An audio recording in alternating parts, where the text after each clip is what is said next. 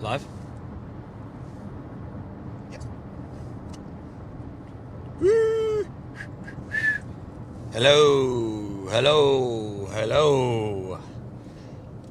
Jordan Chariton, Status Coup, driving through the United Corporations of America on this dreary, depressing day in the United Corporations of America and the broader progressive movement.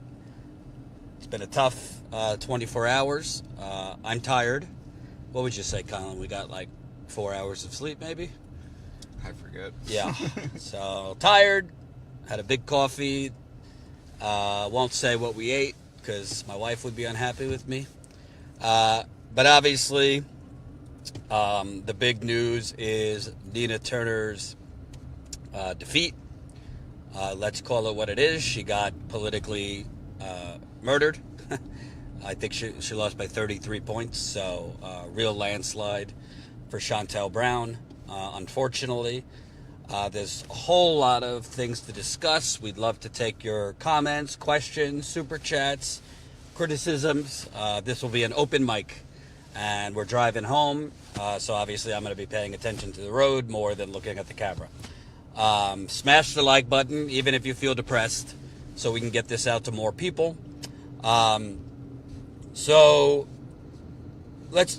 I want to start with the actual race in Ohio 11, and then we'll move on to the broader issues and the progressive movement and all that stuff. So first of all, when you're wrong, you're wrong. You got to be humble and just admit when you're wrong. I actually thought this was going to be a pretty close election. There were others who were very sure she was going to lose, and they were right, and I was wrong. I thought it was going to be close for multiple reasons. When I was looking at the early numbers before Election Day, absentee ballots were actually down by about 6% compared to August. And why, to me, that was good for Nina is Shontel Brown, her opponent, won by a lot in August in terms of mail-in ballots. She beat Nina by a significant margin in mail-in ballots. So the fact that it was 6% down in terms of mail-in ballots, to me, was favorable to Nina Turner. The district was 30% new. So Lakewood, which Bernie Sanders won in 2016 and 2020, was now part of the district. More of Cleveland, which was Nina Turner won in August, Cleveland by 10 points. More of Cleveland was going to be part of the district. And from everything I saw, Nina Turner's ground game was a lot stronger this time than in August. So all these factors made me think this is going to be a close race. And of course, the other factor being that in August, Nina Turner lost by a little over 4,000 votes, which is not really that much. I point to Cori Bush losing in 2018 by nearly 30,000 votes. And over 5,000 Republicans voted in August. So Shontel Brown's victory margin was the amount of Republicans that voted. So all of these factors made me think it was going to be close. Obviously, it wasn't close. There's a lot of reasons I think she got clobbered. We'll get into that. I also think I underestimated a little bit the power of incumbency. To me, I didn't really look at Shontel Brown as a traditional incumbent because she had only been in office for 5 months. Most voters in the district don't even know there's a primary going on, let alone who their congressperson is. I can tell you that because I've knocked on doors or followed people knocking on doors, not just in this race, but all, in Florida and elsewhere. Most voters are not even into politics like you and I are. Most voters don't know when the primary is, who their elected representatives are. So to me, Shontel Brown didn't have such an advantage being an incumbent because she's not like a long-time incumbent. She just got elected. But obviously Nina Turner got clobbered. So I was clearly wrong about that it was going to be close. You know, I wasn't trying to feed anybody false hope. I just could only report what I'm seeing and also the numbers comparing August to now. So when you're wrong, you're wrong, and I was wrong. I think there's a lot of reasons Nina Turner lost this race. To me, a couple things really stand out. First of all, in August, Nina Turner raised a big amount of money. Overall, she outraised Shontel Brown last time. Overall, in the last few weeks in August, even though Nina Turner had overall outraised Shontel Brown, in the last few weeks before the election, Shontel Brown, by a lot, outraised Nina Turner towards the end, with all that super PAC money coming around. And Nina Turner got crushed on the air in the last few weeks. I was there, so I saw. And in August, although Nina Turner had a competitive amount of money, and she had television ads on TV and all that, her ground game was not great. I think it was pretty piss poor in August. This time, it was reversed. This time, she had a good ground game. They were going out since February. They were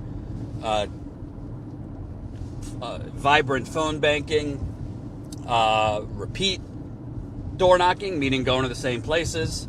They had a strong ground game, and it was organized from what I could tell on the ground.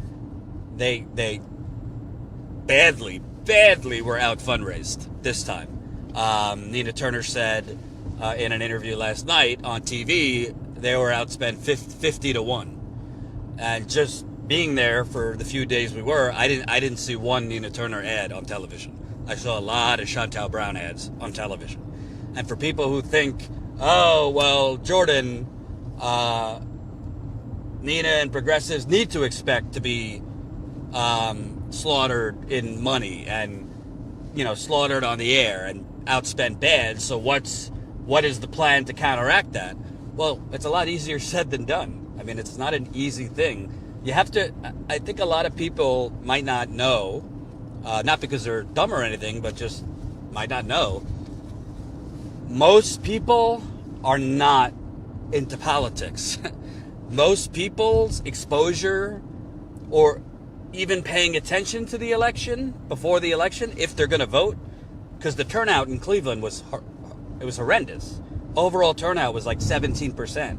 In Cleveland, it was 12%. I mean, it's pathetic. Most people are not paying attention. Most people have too much shit going on in their lives or are apathetic or whatever. So the biggest exposure they get is seeing a television ad. Particularly if one candidate has repetitive ads over and over and over. When we were in the room, I think every commercial break I saw a Shontel Brown ad. Every single one. In addition to the crazy Republicans. I saw not one Nina Turner ad. Is this the only reason she lost? No. But don't fool yourselves to say, oh, yeah, well, the big money's always going to be there, so they have to come up with a different strategy to counteract it. Well, then you get into, all right, well, what's that strategy going to be? What is people's strategy to shift voter turnout? Turner let a winnable race in August slip through her cracks. And I think August, in retrospect, was the better chance of her winning. Because it was an open seat. She had money to compete, but unfortunately, the ground game wasn't that strong. And the bottom line is, when you have an incumbent in Shontel Brown, if you don't know, Cleveland is the bluest city in Ohio. Cleveland is the bluest city in Ohio. Marcia Fudge, who was the congresswoman here, she was a congresswoman forever here. Shontel Brown, unfortunately, if she wants to, can pretty much sit in that seat for the next 20 years. It is a blue district. So the power of incumbency, and I underestimating it, matters.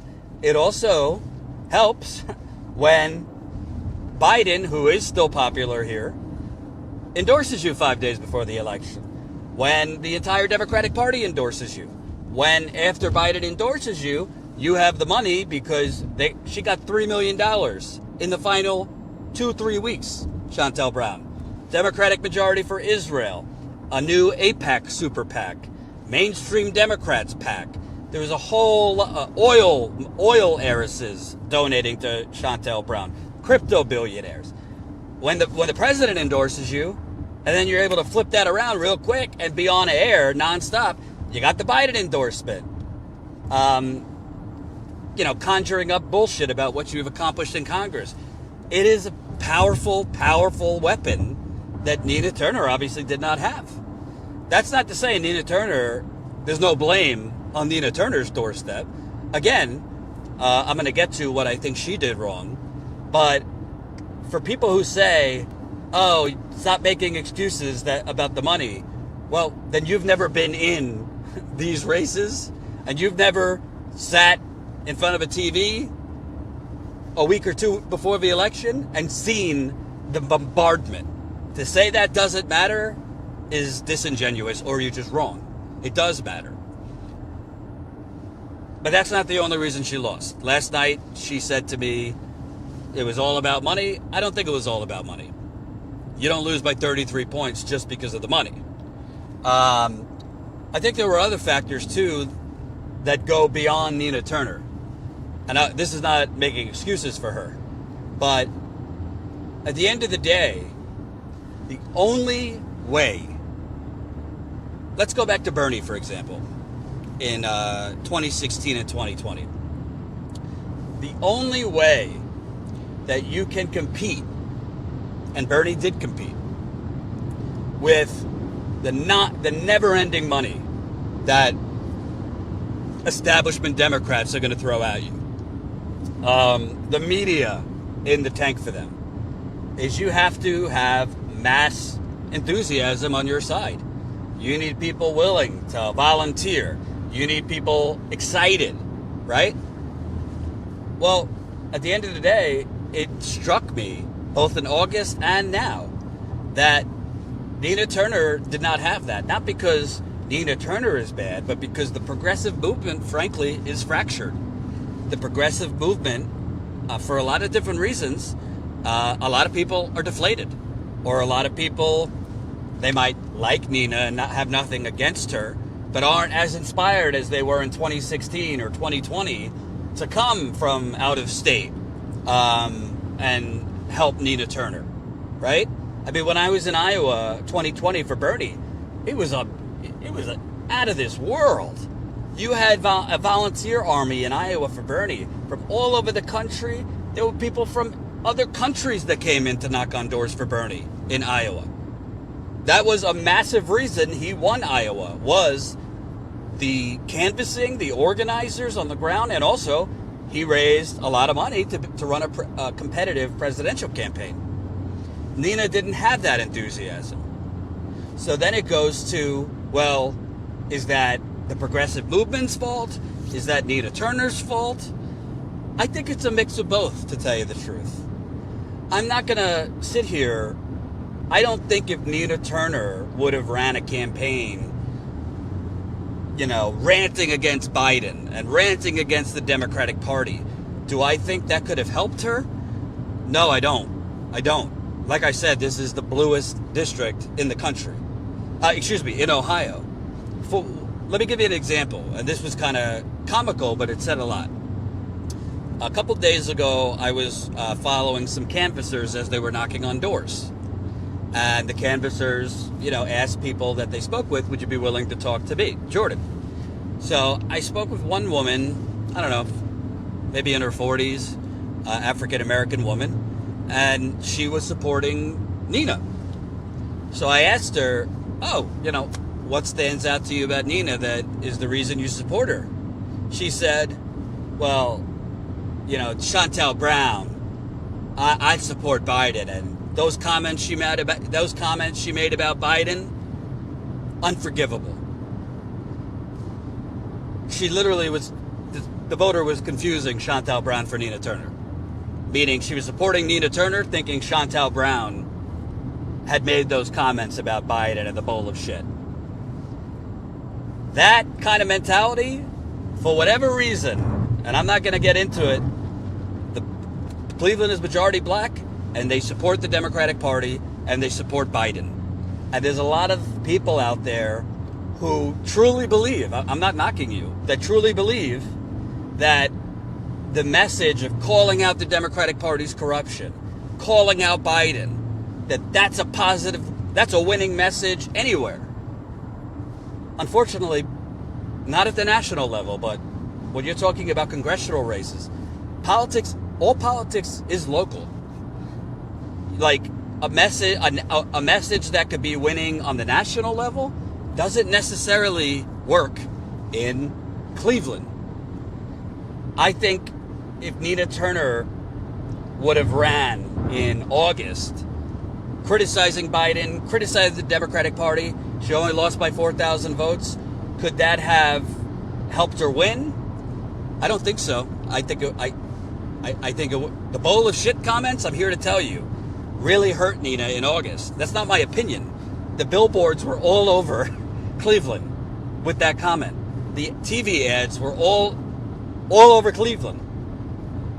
You couldn't turn on the TV in August without the bowl of shit comment. And they like Biden here. We don't have to be happy about that, but they like Biden here. So then the devil's advocate position is, well, Jordan, it's up to progressive candidates to educate the voters. It's up to progressive candidates to wake them up to the fact that the Democratic Party is corrupt.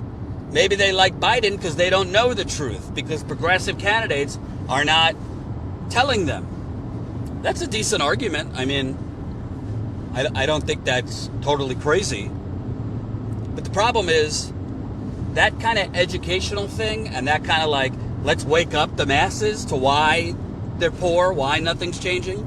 Let's try to explain it to them that it's the two-party duopoly, it's the Democratic Party. That is bigger than just a campaign or a candidate. That's a collective, like, that's kind of like a collective reawakening people or awakening people to the first time.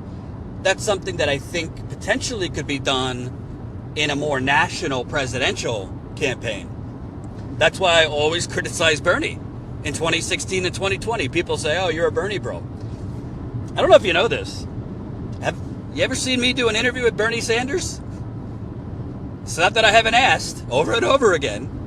Do you know, both in 2016 and 2020, particularly when I was at the Young Turks, when I would criticize Bernie for being weak in debates and not going for the jugular, all of a sudden nobody from his campaign would talk to me. Did I stop being critical of him? Hell no. A lot of people think like, oh, you know, you're just for access, this and that. Have you seen me interview AOC or Bernie or any of these people? No. And I'm not losing sleep over it. And I've lost access by criticizing them.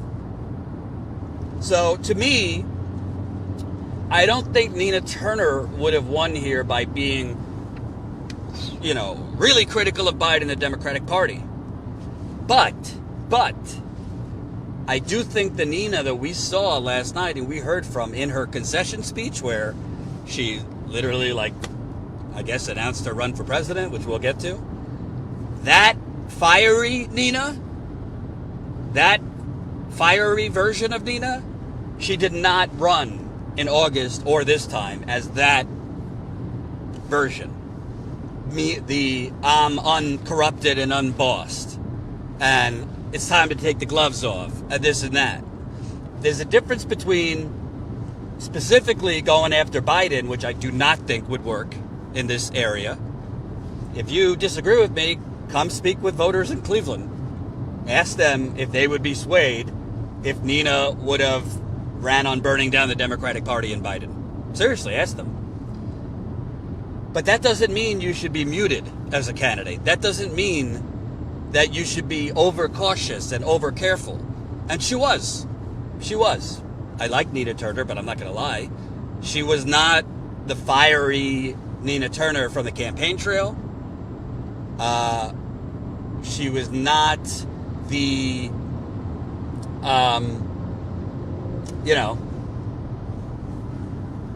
dropping fire in one sentence and Bible verses in the next, and make it even non-religious people feel like shit. I gotta pray. That was not the Nina Turner that ran in August or this time.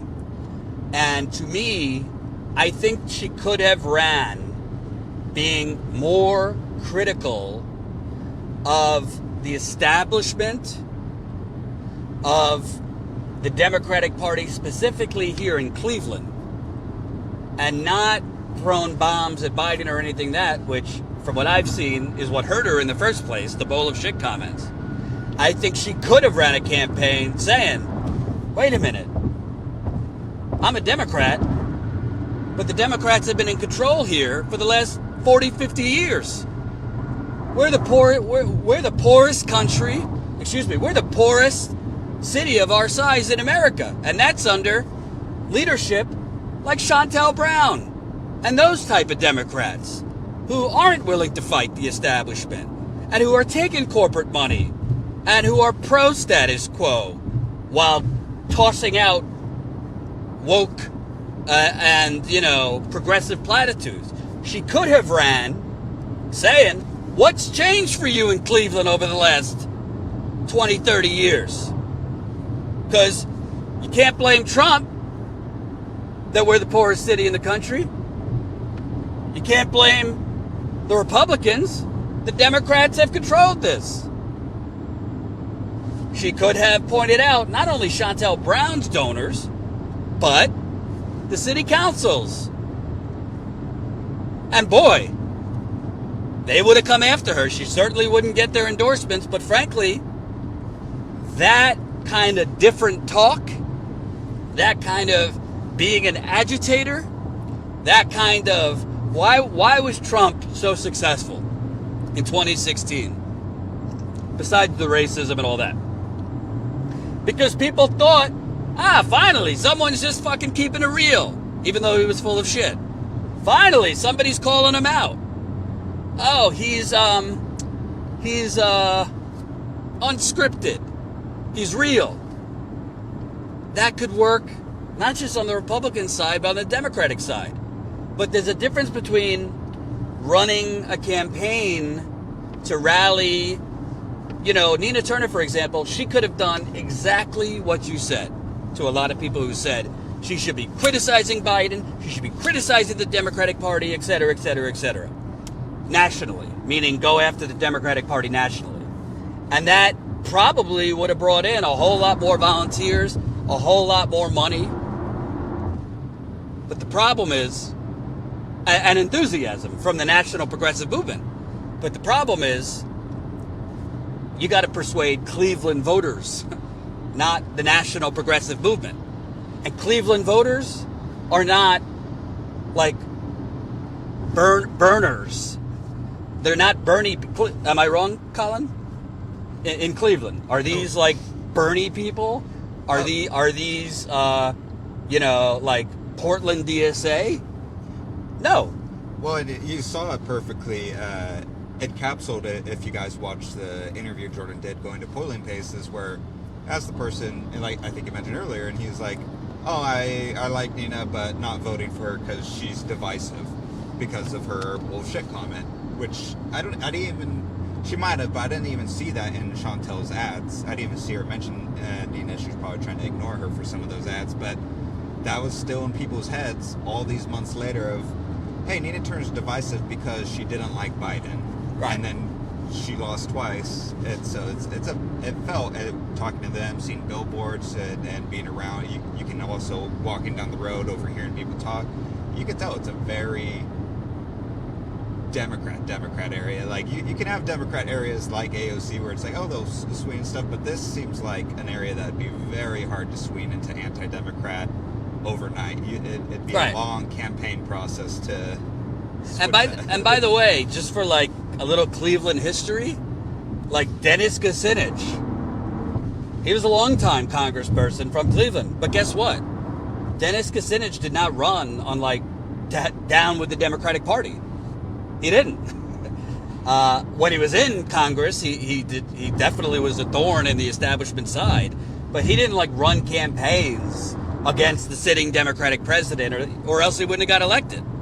But again, and I think people need to come to grasp with that, not just YouTube hosts, but progressive voters. The truth is, we might truly believe that voters actually agree with us on the issues, but they just don't know it, or whatever. I think voters do agree with us on the issues, but the truth is, a lot of voters don't actually vote on the issues. A lot of voters vote based on propaganda they're fed, based on whether they like a candidate, based on whether they think a candidate's divisive. I'm telling you this, not from being a YouTube host, but from covering many elections and traveling the country. I have seen it a lot. I mean, go in Florida. Go to Florida. I covered Debbie Wasserman Schultz versus Tim Canova. He's one of the most corrupt motherfuckers out there. You know how many people I spoke with said they liked Debbie Wasserman Schultz? Not because of policy, but because, I met her at the ice cream social, and she's so nice, and she talked to my grandchild. And, I feel like with Debbie, she's one of us. A lot of people, this idea that if we just exert what we believe, that the Democratic Party is corrupt, that the Democratic Party is the main obstacle to change, that the Democratic Party, through inaction and corruption, is emboldening the right-wing fascists, that actually is a message, I believe, that could be effective nationally. I believe if Bernie Sanders would have run on the issues, but also, instead of bringing a spoon to a knife fight politically, I always said this, Bernie Sanders against Hillary and Biden, he brought a spoon to a knife fight. Do you know how many people on Bernie Sanders' campaign, including Nina Turner, were begging Bernie Sanders to take off the goddamn gloves against Hillary Clinton and Biden? People blame Bernie's campaign, or Bernie's campaign was Bernie. He made the final decisions. And he would not, for many reasons, go after Biden, call him corrupt, call Hillary corrupt. So, Nina Turner losing by 33 points, it's not about just the money. I mean, the money played a big factor. But I think people are underestimating that in a lot of areas around the country, particularly local elections, these areas like the Democratic Party. Maybe because they don't understand the corruption. But whatever the reason they like the Democratic Party, they like the Democratic Party. They like Biden. They look at things like, I'm on Team Blue, and I support Team Blue. Now, we could have a completely different conversation about, well, how do we get people out of that? How do we wake up the masses? And that's a fair conversation. But I'm telling you right now, because people are going to say, well, Jordan, she lost by 33 points, not criticizing the Democratic Party. So why not try running a more aggressive campaign against the Democratic Party? What do you have to lose? She lost by 33 points. It's a fair argument. Try it. I don't know. Try it. If you're in Cleveland or elsewhere, I mean, run against someone and in a very blue area, a pro-blue area, run on how corrupt the Democratic Party, how corrupt Biden is. I'm not even condescending you. I'm genuinely telling you, try it. I would be happy to be wrong. But to me, another big reason she lost, it's not the main reason. Nina Turner was basically left at the altar by pretty much the entire progressive movement. I'm not talking about voters. I'm talking about the squad did not show up here. The squad, I don't know who's running the Justice Board. Like financial support, she could have won. Like, just thinking strategically. You didn't think that Nina Turner, who only lost by 5 or 6 points, 4,000 votes, that the Justice Democrats, who helped her raise $500,000 in August, and badly out fundraised by the Republican donors. Well, why do you think that is, Justice Democrats? Why do you think you're not getting the donations? Maybe because you advertised running candidates that were going to go in there and fight the Democratic Party, and then you have a squad plus Jamal Bowman and Cori Bush and these others who have gotten in there and have their tail between their legs and are either weak or naive. I don't think they're corrupt, but they've basically taken their activism roots, gotten elected, and chosen to basically lie in fetal position because they're being threatened by the Democratic Party. And we'll get to that. One sec. I think the connection issue.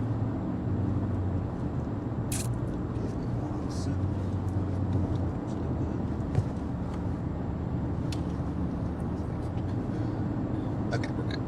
Sorry about that. We're driving. By the way, smash that like button. We will read super chats, so keep them coming. And thank you to all the new Status Coup members yesterday. We got 40 new members. I want to keep that growth coming. So, do I think if AOC, Cori Bush, Ilhan Omar, Ayanna Pressley, Jamal Bowman, whoever I'm forgetting, if they all endorsed her and they all did fundraising emails for her and they rallied with her here, could that have made the difference? Well, she lost by 33 points. Possibly not. Would it have been a lot closer? Yeah, it would have been. Would it have excited people to donate? Would it have gotten more progressives around the country to pick up the phone if they couldn't come and phone bank for Nina Turner? Probably. Would it have maybe inspired more college students here? Because in August, during the first election, college was out. This time, there's several colleges in Cleveland. Students could vote. Would AOC being here make a difference? I don't know. Nina Turner lost by a lot, so she possibly would have lost still. But when you look at when Justice Democrats and all these groups and the squad look at it, she didn't lose by that much in August. And your strategy or your conclusion is, we're going to sit this one out. It's honestly, I'm a journalist, so I never latched on to fraud squad and all this. I know people want me to, but I'm a journalist. I'm not an activist. Sure, I give my opinion, but it has nothing to do with access. It's not my role to tell you to dem enter or dem exit or to cancel the squad or whatever like that. But I will just factually tell you, this is not what people elected the squad to do. This is not what people who can't afford to donated to or volunteered for. And as Nina Turner said last night, they were threatened. The squad was threatened not to support her. Well, I can tell you, based on a few conversations I've had, and not directly with Nina, Cori Bush and some others were threatened. Not physically, but threats, if you support Nina Turner, the Democratic establishment, we're going to be sending out the bat signals to super PACs to go against you in your re-elections. Cori Bush is up for re-election in a tough primary in St. Louis. That if you support Nina Turner, we are going to make sure that big money is against you. You will not have the Congressional Black Caucus endorsement, and we will be coming hard for you. That I know for sure happened. And you want to know something? It's still no excuse not to support Nina Turner. What you do when you're being threatened by corporate villain bullies is you punch back. What any of these squad members should be doing if they're being threatened, that we're going to come after you in this election if you support Nina Turner, blah, blah, blah, is you have your press people contact CNN, MSNBC, hell, Fox News, whatever it is, because they cannot resist. They cannot resist Dem Party fighting. They love that story. Democrat Party disarray.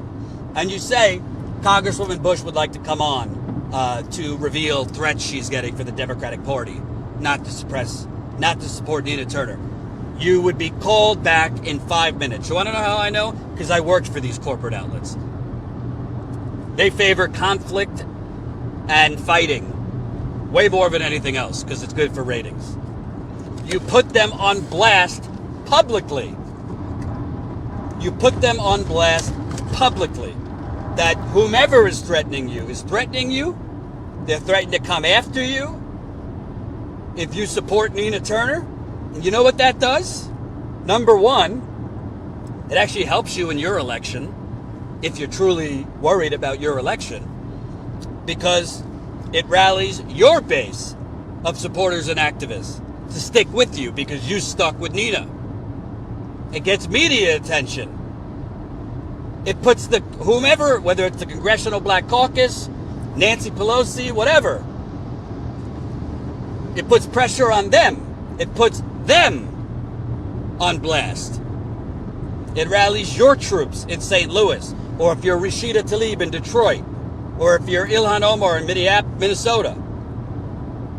And the other thing it does is it rallies the troops behind Nina Turner. Because when the progressive movement nationally sees, all right, finally these fucking squad members are actually going at the Democratic Party. They're calling it out. It excites people. It makes people want to get involved, not only with the squad's campaigns, but Nina's campaign. The progressive movement isn't asking you to be perfect. They're not asking you to get us Medicare for all by week's end. They're asking you for one simple thing: to fight. Not to roll up into a ball because the Democratic Party establishment or the Congressional Black Caucus or whomever the fuck it is threatening you. AOC, I'm just using her words. Sorry, I'm ranting. My throat's getting sore. AOC was the one who said, I'd rather be here for one term and actually do this the right way. I'm paraphrasing. She basically said, I'd rather be here for one term and fight. Well, and by the way, I'm sorry, I don't want to hear a goddamn thing about AOC endorsed Nina Turner. That was not an endorsement. That was an opportunistic bullshit move I would have rathered her not endorse. Endorse her 12 hours before the polls open? That's absurd. Absurd. And don't give me better late than never. It has zero effect. Even if Nina Turner's campaign raised $1 million overnight because AOC endorsed her, which they did not, you can't even get on TV that quick with ads. And the polls were opening. She should have done it weeks ago. And all of this, by the way, what I'm talking to you about, all of this is not to say that if every squad member was on the ground, if all of them together were in unison for Nina Turner, that she definitely would have won. But that's the only way we can compete. The only way you can compete is if we have a unified progressive movement that is in lockstep fighting. Not just electorally, even outside of electoral politics. There's so much fighting on the left, it's exhausting. And people will say, well, Jordan, why can't we do this outside the Democratic Party? I'm all for whatever the fuck will work quickest. I'm not against third party. And for people who say I am, as far as I know, I'm the only independent journalist who covered the Green Party convention in 2016.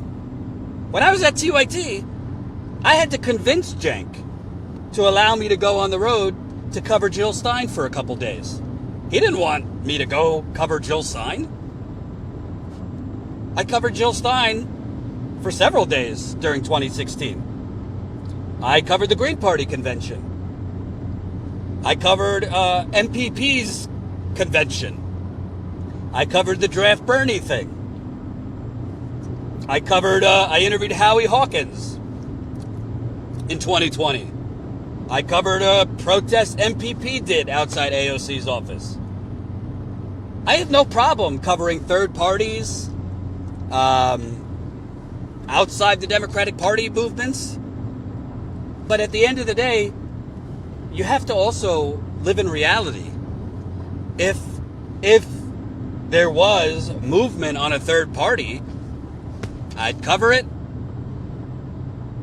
There isn't. I mean, I'm sorry, MPP is a joke. It is. I'm not saying that because I don't like Nick Brana.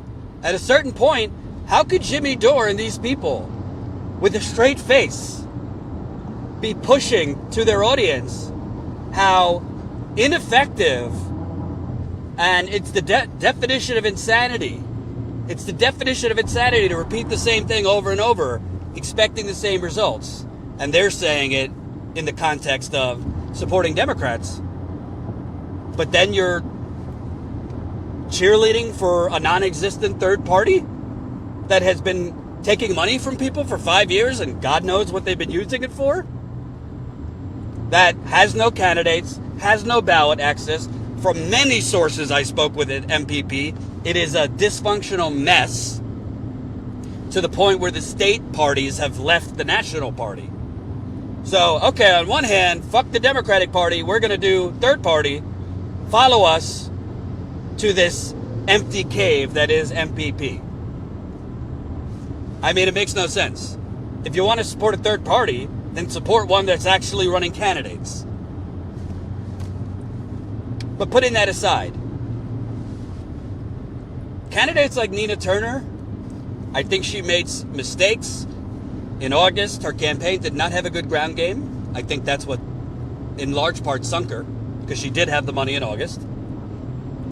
And I also think Nina chose to play it cautious. Nina chose to not be run as that firebrand that she was for Bernie's campaign. That doesn't mean, oh, she made a mistake not going after Biden, but she could have been more critical of the status quo. She could have been more critical of what's changing, Cleveland. What's changing for you? Continually electing these same Democratic politicians who are not fighting the establishment in Washington, who basically run, oh, I'm better than the Republican, reelect me. She could have pointed out not just Shontel Brown, but other corruption in Cleveland, because there's plenty of it. She didn't. She ran on the issues. She ran a careful campaign. I can tell you because I know for a fact some of her press people were deathly afraid of her doing interviews with me because they were very, very worried about her saying one thing wrong that could be used against her, this and that. You can't run campaigns that way.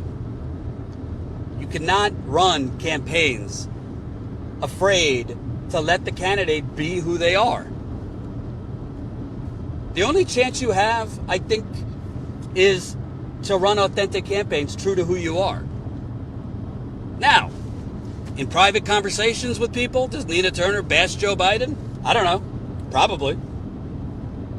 I think she was smart not to do that in Cleveland. But that doesn't mean she couldn't have been louder. That doesn't mean she couldn't have been more of a firebrand on the campaign trail. That doesn't mean she couldn't have called out the status quo in Cleveland politics, that Shontel Brown is part of that status quo. That has Shontel Brown offered you a plan to address Cleveland's rampant poverty? That doesn't mean she couldn't have called out, hey, Shontel Brown, she supports the gentrification of Cleveland. She supports a tale of two cities in Cleveland, where downtown is really nice. You got wonderful bars and restaurants downtown, and the rest of Cleveland's been left to rot. That's under the Democratic Party and candidates like Shontel Brown. She could have done that. So she's not blameless in this. But I got to tell you something.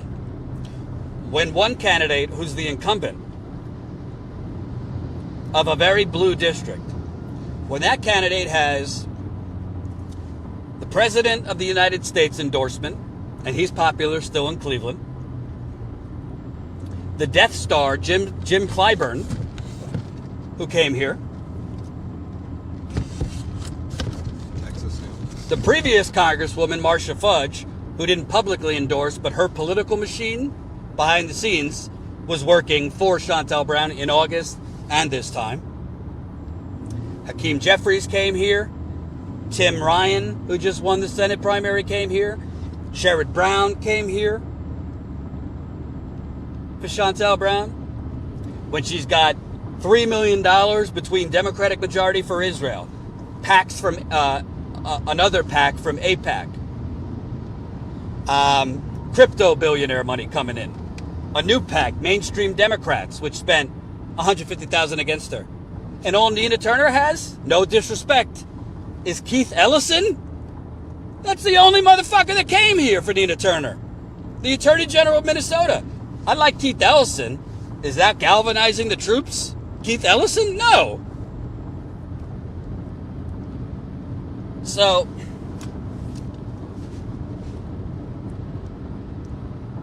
I do not agree with those who say, Jordan, I don't think they're either or. And I think people that, not because they're bad people, I don't think anyone who suggests fuck electoral politics are bad people. We just disagree. That's all.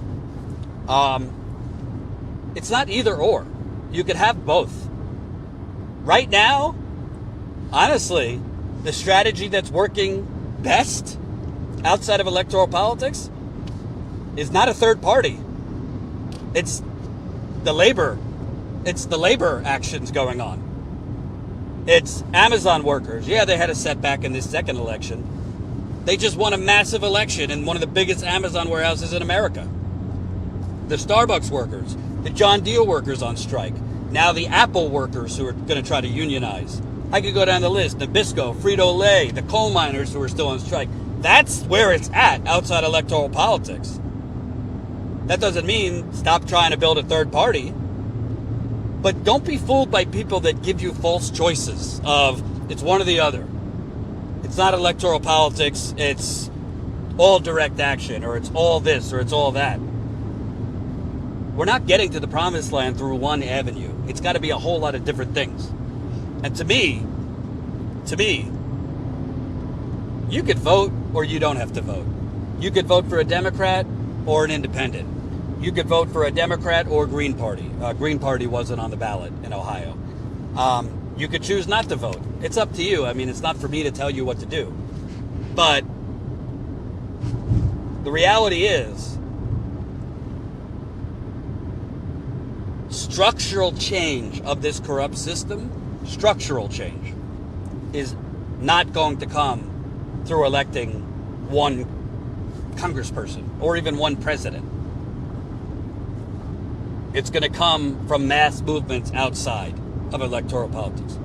But that doesn't mean having allies that actually will fight in Congress can't strengthen those movements.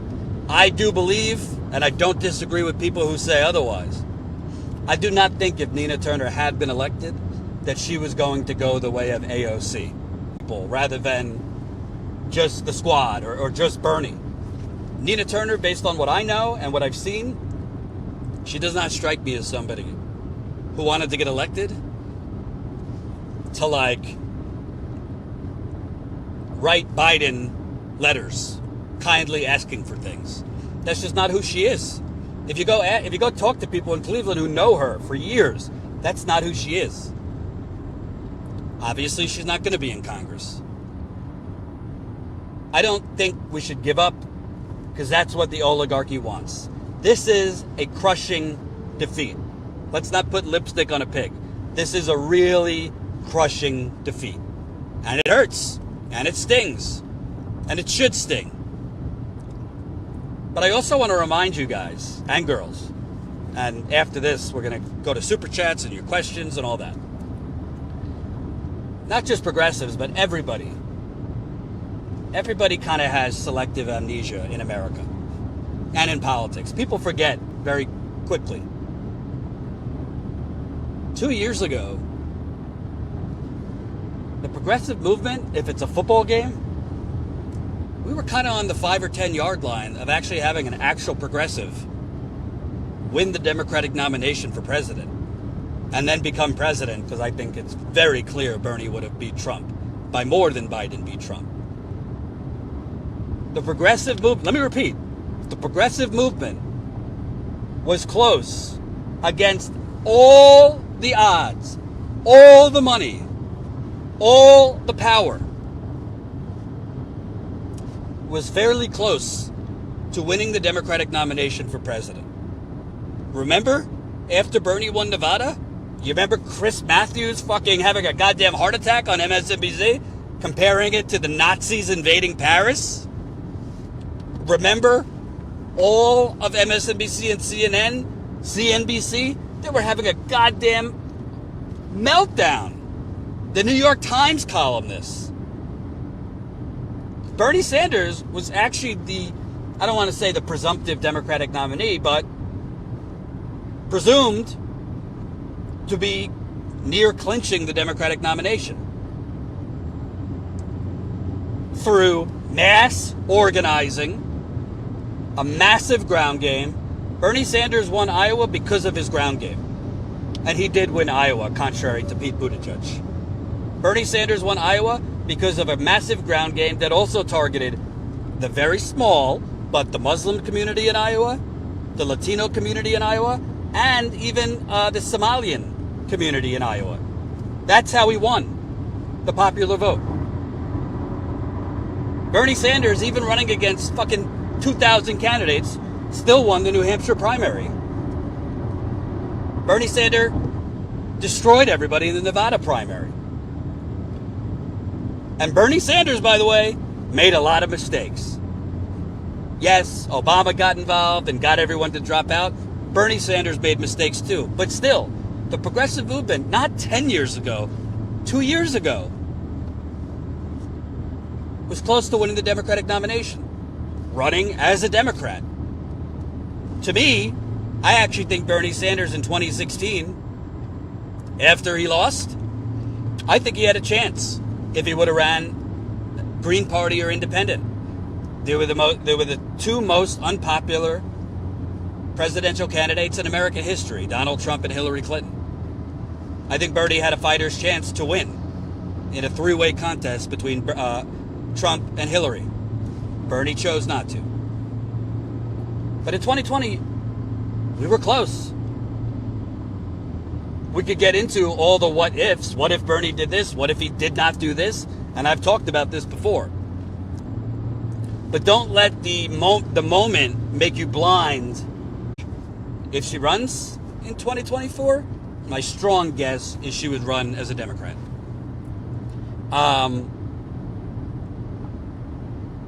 I'm pretty sure she'll probably, as time goes, you might hear a little bit more from her.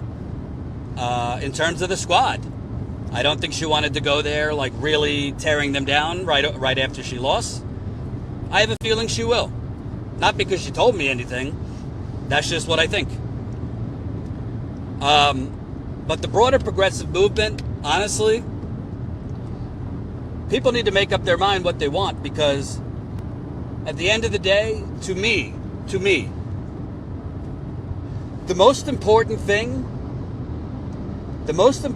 is not if candidates are running as a Democrat or not. The most important thing is not if they have a D next to the name or an I or a G, because don't get it twisted. There's corruption in the Green Party. There is. There's corruption pretty much everywhere. The most important thing is not whether they run as a Democrat or an independent. Most important thing is, how are candidates going to run? Are they going to run like Bernie did, galvanizing a lot of people, but not being willing to go for the jugular and take your shots when you have them? Are they going to run only willing to go up to a certain line in terms of calling out Democratic Party corruption? I'm talking nationally, not local races. Are they not going to go hardcore after the candidates and their donors? Are they not going to? I think Bernie missed a massive opportunity and he should have done it, to go after the media. Trump was very successful in that. You know what body has a lower approval rating than even politicians? The mainstream media. Bernie should have went hard against them, and he didn't. You could run as an independent or a Green Party and still run a shitty campaign. And by the way, you think it's rigged within the Democratic primary? Go try running as an independent for president. Or Green Party. Go ask Ralph Nader. I'm not saying don't do it. I'm just saying don't have illusions that it's not going to be rigged if you run third party, or it's going to be any easier. So to me, if people want to fixate and their main focus wants to be on to hell with the Democratic Party, we got to stop running in the Democratic Party, by all means. I mean, that's totally a valid mentality, and I'm not criticizing anyone for feeling that way. But to me, the broader problem is the only elected progressives we have in Congress are basically in fetal position. They're not willing to fight. They have no spine, and they have lost their way. It's up to you what to do. I'm not telling people what to do, but they should be held accountable just like Nancy Pelosi. So if they're not going to change their course, I'm talking about the squad, and they're not going to start fighting. It's not enough just to agree on the policies. You actually have to have a strategy and be willing to fight tooth and nail, including with the Democratic Party, for those policies. You need to be willing politically to get a little bloody. And if you're not, then they shouldn't just be it. Frankly, we haven't mentioned him. If Bernie's going to remain a senator, you know, he's older. He's 80 years old. I don't think anyone would criticize him for retiring and, you know, spending the last part of his life with family and giving speeches or whatever. But if he's going to remain a senator, what you're doing isn't working, Bernie. Bernie said, Bernie's words to his supporters, I'm paraphrasing, hold your nose, vote for, get rid of Trump, and we'll fight Biden on day one. Well, it's a year and a half in. It's way past day one. Bernie's not fighting Biden. Not at all. I just covered a Amazon workers press conference. He very gingerly said Biden needs to do more than talk. That's not enough.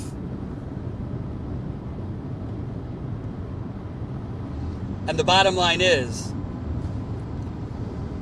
if the squad is not willing to fight and Bernie's not willing to fight, then what you're going to have is a fractured progressive movement that's essentially a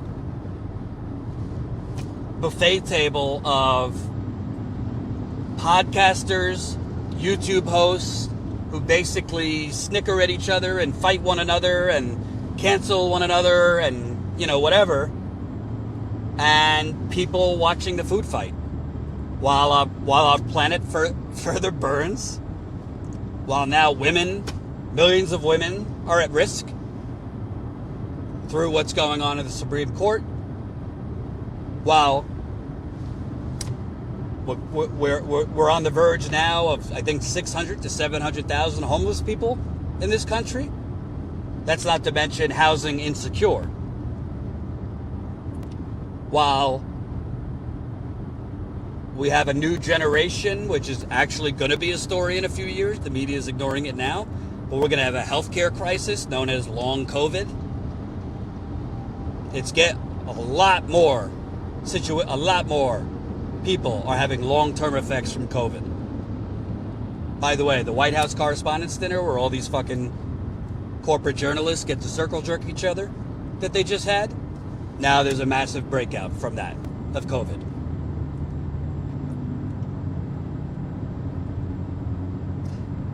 I'm going to continue doing, and Status Coup is going to continue doing what we do. I've been on the road for 7 years.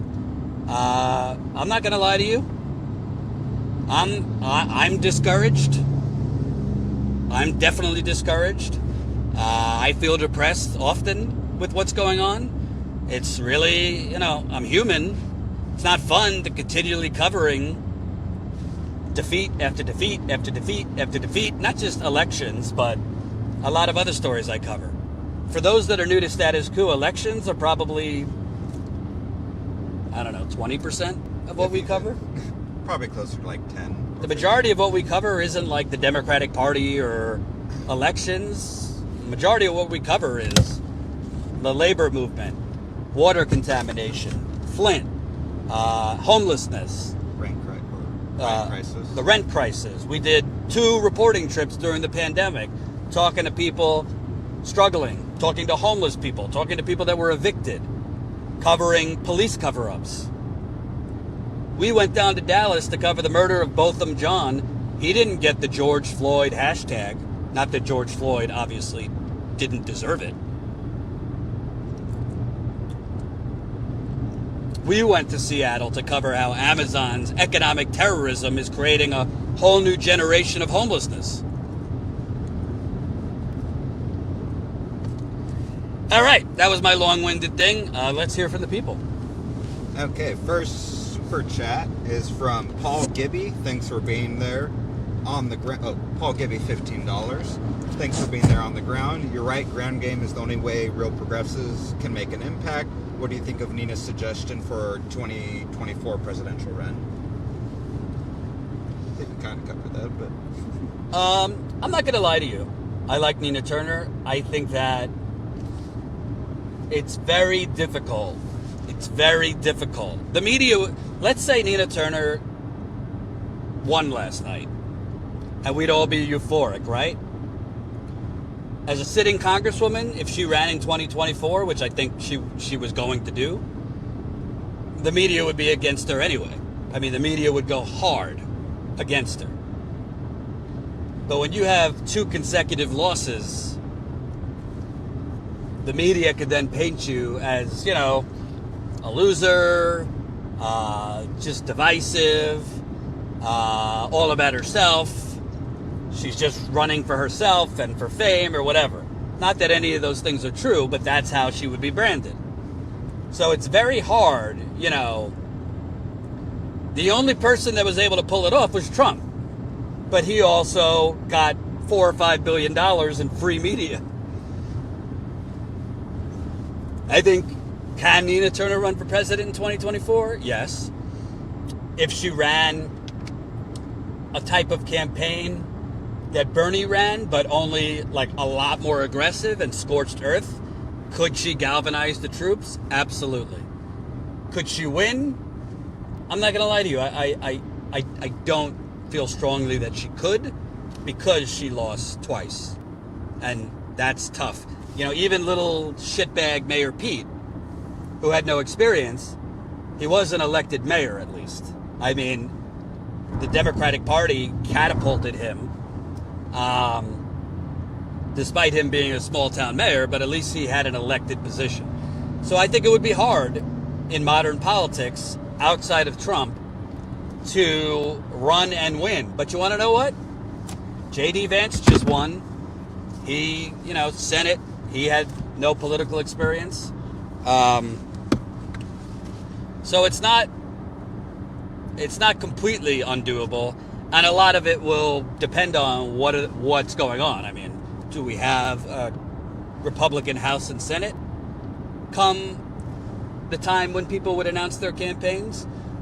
Is the country in complete paralysis even more than it is now? Is the only thing happening in Washington impeachment hearings for Biden over Hunter Biden and whatever else Republicans go after?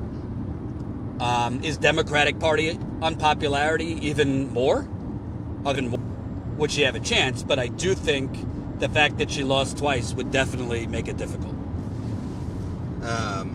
Roar, $1.49 super sticker.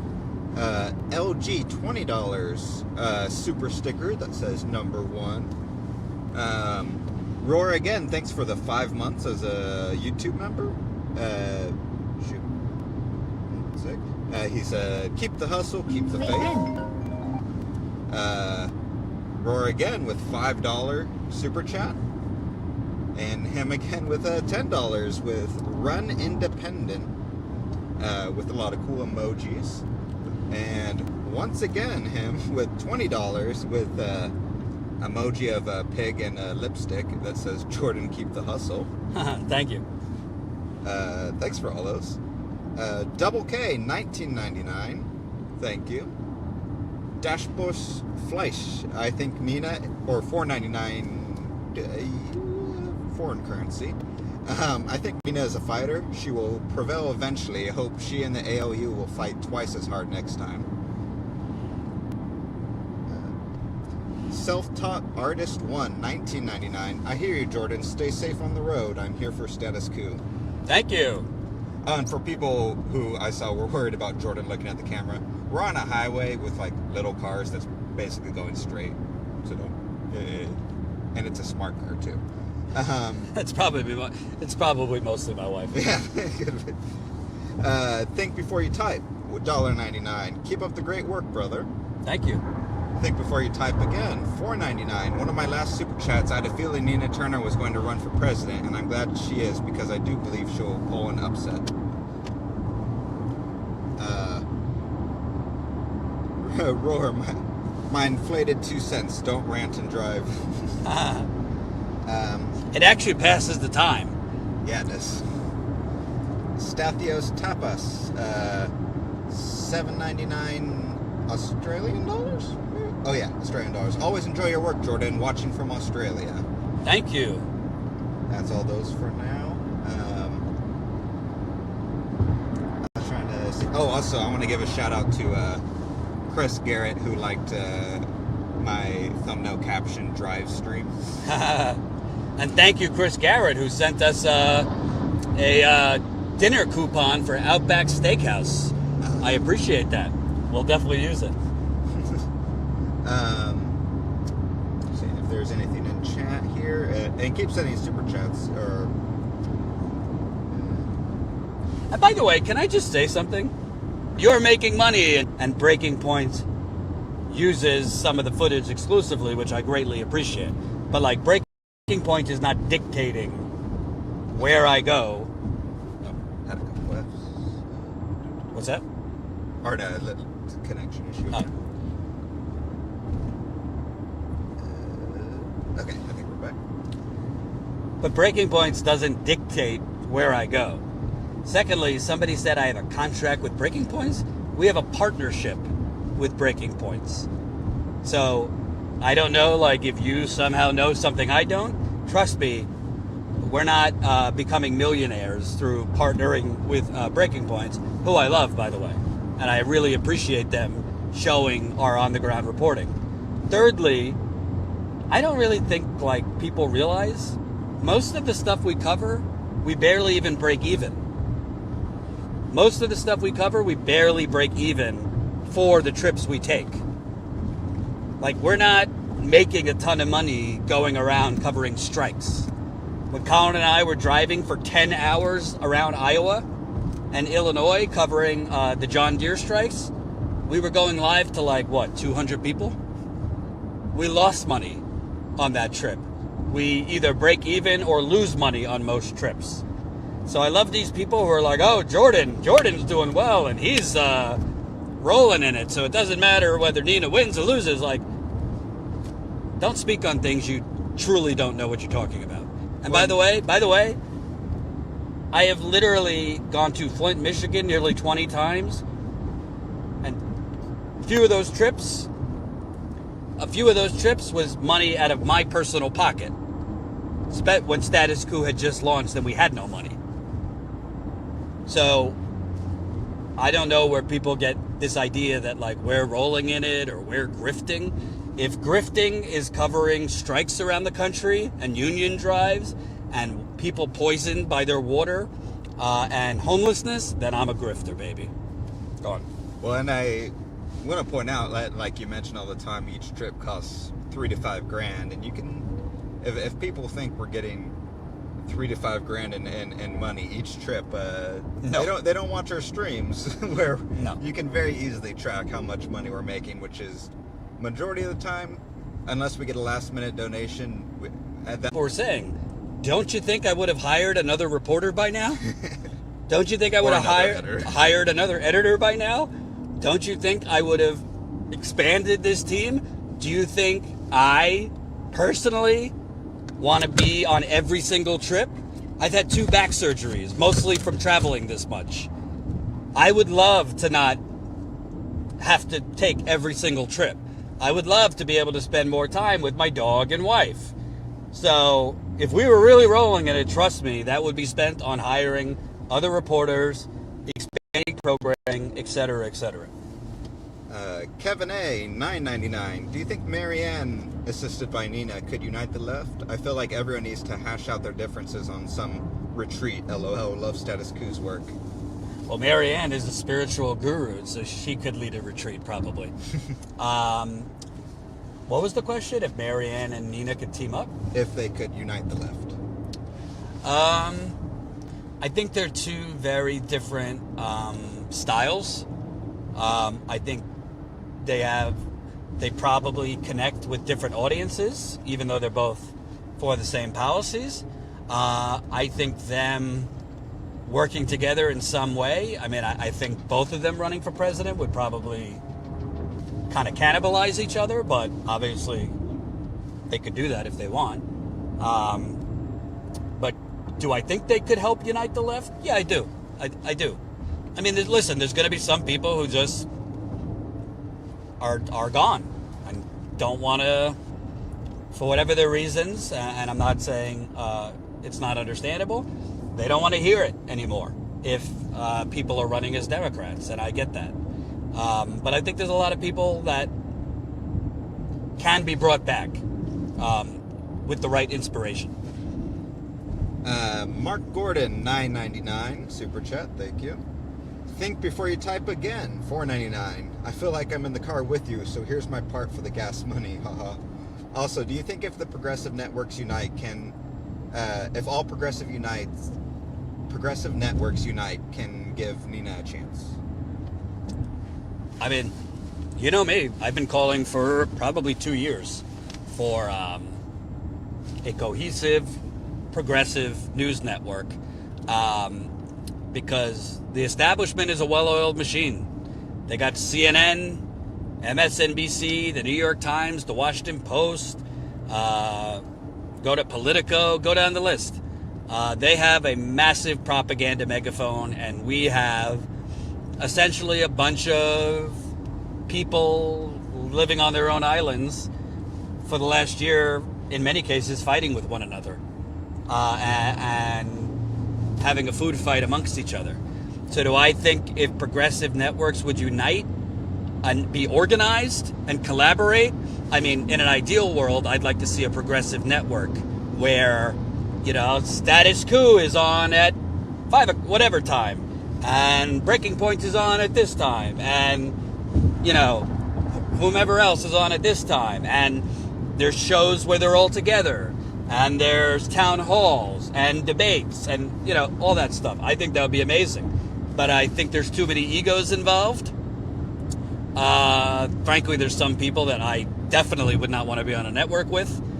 I could be on a network with people that I don't particularly agree with. I wouldn't want to be on a network with people that I think are actually bad actors and that I don't actually think are truly genuine and share the same values I have. I wouldn't want to be on a network with someone like that. It's bad enough to be on YouTube with half the crazies of the world. But coming together, absolutely. Because I got news for you. Not just with politics, but any movement. Go back through history. I've seen this in Flint. I've seen this Black Lives Matter. I saw this at Standing Rock. I saw this everywhere. Movements, the biggest way to kill movements is divide and conquer.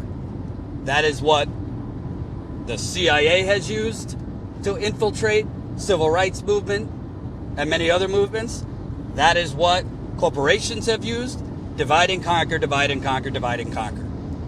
And by the way, the divide, it's pretty profitable for a lot of people on YouTube. Let's be honest.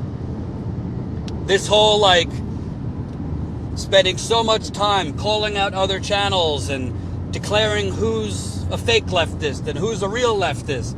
all this shit, it's very profitable and it gets clicks because people like a good food fight and a good train wreck. It's not productive, in my opinion. It's not productive at all. Anyway, yeah. Oh, real quick, OTR Trucker said he has never seen your dog, so if it doesn't have an Instagram? Well, I said to Colin, can we set up a camera for my dog for the live streams, like a dog cam? I don't know if my dog would sit still, but yeah, my dog does have an Instagram, From Millie with Love. I know that's a long name. I wanted to call her Moscow Millie because we got her from Russia. But if you go on Instagram, From Millie with Love, Millie, and my wife works very hard putting those photos and videos up and adding music to it. So if you could follow From Millie with Love and like the images and all that, your heart will melt. She's a very cute puppy. Masturbator, $5 Canadian dollars. I'm in Canada, the city the truckers were blocking, and I'm running for city council this October as a progressive independent. Any advice? Would love. I can't say I know Canadian politics that well, but hey, Canada is as neoliberal as we are here. So the advice that I've been giving to progressives here, I think could apply to Canada. Start calling them out. That's what I say. People really like the name Moscow Millie.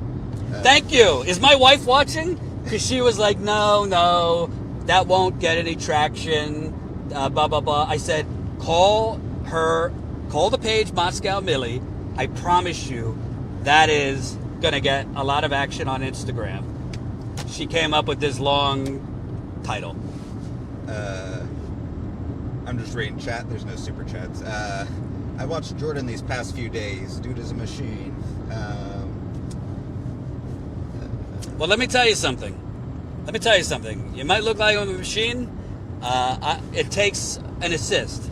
After last night, I said to Colin, I need like, at a minimum, 3 drinks right now. And we went to a bar. If my wife is watching, we drank outside. And I think I had a shot and 2 drinks. Not that I'm a drunk, but this stuff gets depressing and it's exhausting. So, yeah, sometimes I really want to just check out for a few days and watch murder shows on Netflix and, just hang out with my dog. Not even think about politics. But then I just get the urge, or somebody sends me a story, and I also have a problem saying no. That's a big problem I have, where I feel like I want to try to interview everyone that asks me and cover everything, and it creates a loop where I'm doing too much. Think before you type with another $4.99. Thanks for the great insight. I differentiate bad actors based on who's focusing on policy instead of politics of fear.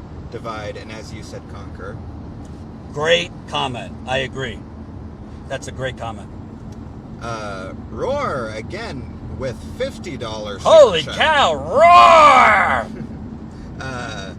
With a sad emoji. No tears. Studs Turkle is watching. Joshua Jenkins, $10. Do you think female politicians are a lost cause because of Elizabeth Warren? Not at all. I don't think it matters if you're male or female. I think it matters if you're full of shit. Other countries have had female presidents, prime ministers. Some of the leaders of, the LGBT movement, the women's rights movement have been women. I don't think female politicians at all are a lost cause. I think Elizabeth Warren, from who she was when she entered the Senate, who many of you and I really liked, when she seemed to be really progressive, to who she became, which was like, I have a plan. Take a selfie with me. And Bernie's a sexist. And I'm for Medicare for all, but no, I'm not really for Medicare for all. And I'm against super PACs, but then I have a super PAC. That was the problem with Elizabeth Warren, not that she was a woman. And Nina Turner, she could be a woman, a man, a glow-in-the-dark nightstick. If she ran as the true firebrand that she is, I think it could really galvanize the base. So would she win? I don't want to bullshit you. I don't know. I don't have a strong feeling if she would or not. But would it excite people? Would it kind of resurrect that Bernie movement? Yeah. And I don't think Nina would make the same mistakes Bernie did in terms of pulling punches when she should have went for the jugular. I like that each time that comes up, we get snake emojis in chat. And by the way, you want to know something? My wife's not going to like me saying this, but I'm going to put her on blast. When I started dating my wife, she was for Warren in the primary. She had voted for Bernie in 2016, and then she moved over to Warren because she thought she was so smart and polished and progressive. And I said to we weren't married at the time, but I said to her, "You are literally being seduced by a bullshit artist, and you're acting like a wine mom right now." And I got her back to the right side. She voted for Bernie over Warren. You got me real sad though, because I had totally purged from my memory that whole Elizabeth Warren saying how many thousands of selfies she did and all that, while people were just trying to vote for Medicare for all. Jesus. See if there's been some guesses. I have no idea where we're at currently. We still got 3 hours to get home, so we're definitely not in New Jersey. We're in Pennsylvania. We're still there. Why didn't Nina pull punches in this race, and how would a presidential campaign be different? Like I said, I think Nina, both in August and this race, was a more muted version of herself. I think she was way more careful than she should have been in the things she was saying. In interviews, you kind of got a sense that, not that there was low energy, but she was just more muted. I mean, it wasn't like that Nina firebrand, like inspiring people and like bring me to church. Even in interviews she did. And although I've already addressed, I don't think it would have helped her to start ranting about Biden and the Democratic Party nationally. I think if she was more loud and aggressive on the status quo in Cleveland, and that Shontel Brown and the Democrats that came before her in Cleveland were the poorest big city in America. And that's under the same old Democratic politicians like Shontel Brown. Sure, she'll smile. Sure, she'll be Team Blue. But is she doing anything to fix those damn potholes in the street? You drive around Cleveland, it's hard to drive in some of those streets. Is she doing anything to help you with inflation or your bills? Is she doing anything to help structurally change things? Hell no. You could have had that kind of voice. It's not attacking Biden or the national Democrats, but the status quo in Cleveland. And I thought she didn't do that. I think, I don't know for sure, but candidates are advised by pollsters and consultants or whatever to say this, don't say that. I think Nina Turner, the only way Nina Turner can compete is if she's the full Nina Turner. And I did not see that in August or this time. Real quick, someone has said, "Back to the Light," is that a Star Wars reference? I'll just say, if Jordan says anything that you think is a geeky reference, it's purely accidental. I've never seen Star Wars. Yeah. Or Star Trek. You see that storm cloud? Holy cow. Do you guys see that storm cloud? See that storm cloud? That is a real symbol for how we feel today in the progressive movement. We got Journey Williams, $5. Would you consider talking about this strategy with Revolutionary Blackout Network? It's the only black network on the left. Is that the one with Sabi Sabs and mixed MMA? Wait for them to reply. Yeah, I mean, I'm pretty sure I've seen some of what they do. I'm pretty sure it's, mostly focused on screw electoral politics, this and that. We're done with the Democratic Party. Yeah, I would talk to them about it. Yeah, I mean, I would talk to them about it. I don't agree, but I don't have a problem talking. I actually invited Jay on my show because Jay, a couple weeks ago, he had tweeted something that Nina was going to lose. I had quote tweeted him just pointing out that she only lost by 4,000 votes. And I didn't realize apparently he's disabled and has a lot of health problems. I didn't know that. And I guess he was offended or took it personally that I quote tweeted him.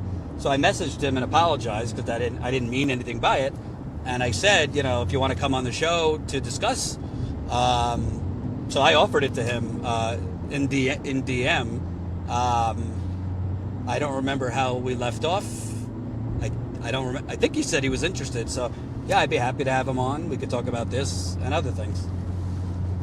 Dashbush Fleiss, another $4.99. I ordered a United Corporations of America shirt on May 1st. I wonder how long it will take for it to arrive in Germany. It actually might get to you faster in Germany because it ships from the UK, so the long ship times are in the US. So. And that's a good plug. The weather's getting nicer. Make sure to get Corporations of America shirt. I'd like to see more and more people rocking the United Corporations of America as the weather gets nicer. You could get it on StatusCoup.com/store. Think before you type again, $4.99. Jordan, since you've been on the ground and directly talking to the voters and politicians, would you consider running for office due to your insight? Don't get my wife agitated. Do not get my wife agitated. I'm kind of like a never say never person. I've never personally had interest in running for office because for me, I feel like I could have the most impact doing what I've been doing by the media. I'd probably be ignored by the media, but never say never. I might not have an interest in it now, but maybe in a few years I would. Probably last super chat because I think we're going to run into connection issues here. We might actually be already, so. But Joshua Jenkins, $10. Do you think progressive Democrats have a chance in California, especially in Southern California? In what? I assume just in here. If you have specifics, let us know, Joshua. I'll just assume. I mean, Bernie won California, so why not? Yeah, I think progressive Democrats have a chance in LA and other parts of California for sure. That'd be a good question for Tina. Yeah. Yeah, it looks like they're having connection issues. So. All right. So when it comes back, maybe we'll. And it might, if it actually starts raining, then I might start picking that up. Is it back?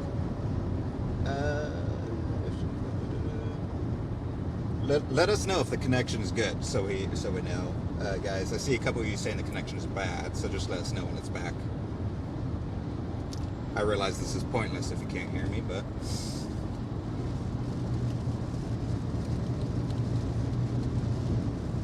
okay, I think we're good. All right, folks, we're running into connection issues, and it's starting to pour out. So I think we're going to go just because the connection is bad and it's starting to rain. I really enjoyed this. I cannot thank you enough for the super chats. One more reminder, if you want to support our on-the-ground reporting, because we're not stopping just because Nina Turner lost. We're obviously going to stay covering the important stories. Sign up as a member, statuscoup.com/join. You can become a member for $5 to $10 a month. It makes a huge difference. We got 40 new signups yesterday. We need to keep growing our membership because that's how I could actually hire new people and expand the team. So statuscoup.com/join. We'll be doing our monthly members call with members probably next week. So we'll talk about this and many other things. Members calls are always like a lot more kind of a lot more behind the scenes, I guess. Share more details than we normally do. So definitely sign up, statuscoup.com/join.